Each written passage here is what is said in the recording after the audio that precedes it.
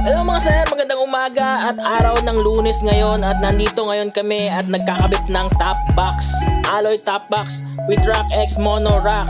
Yan mga sir, galing pang Kalibo si sir at kanina pa siyang umaga talaga dito dahil nauna pa siya sa atin sa shop. Ayan, so ikakabit natin ang Rock X Mono Rock mga sir. Yun, kaya pala alam nyo ang Rock X Mono Rock ay lifetime warranty po at papalitan namin yan ng bago in case na magka-problema ang yung bracket. Basta po galing kay RJ Helmet Moto Gears. Alright.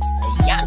So yan, nilagay natin yan ng mga washer para sure na walang basag ang kanyang mga plastic cover mga sir. Ayan. So ayan, ito pala yung kakabit natin. H&J top. Yan. Yan siyang base plate. Ayan, fully leather po. At may kasama ng backrest. Ayan po, kakabit na natin ang kanyang base plate. Yan po, pure stainless po ang mga screw natin. Ayan. At ang kanyang lock washer, syempre hindi basta-basta bibigay yan mga sir. Ayan, nakabit na natin ang alloy top box H&J 45 liters. Ayan, tinuruan ko na rin si sir kung paano siya tanggalin at ikabit. Ayan. At sa mga safety na rin para sa kanyang alloy box.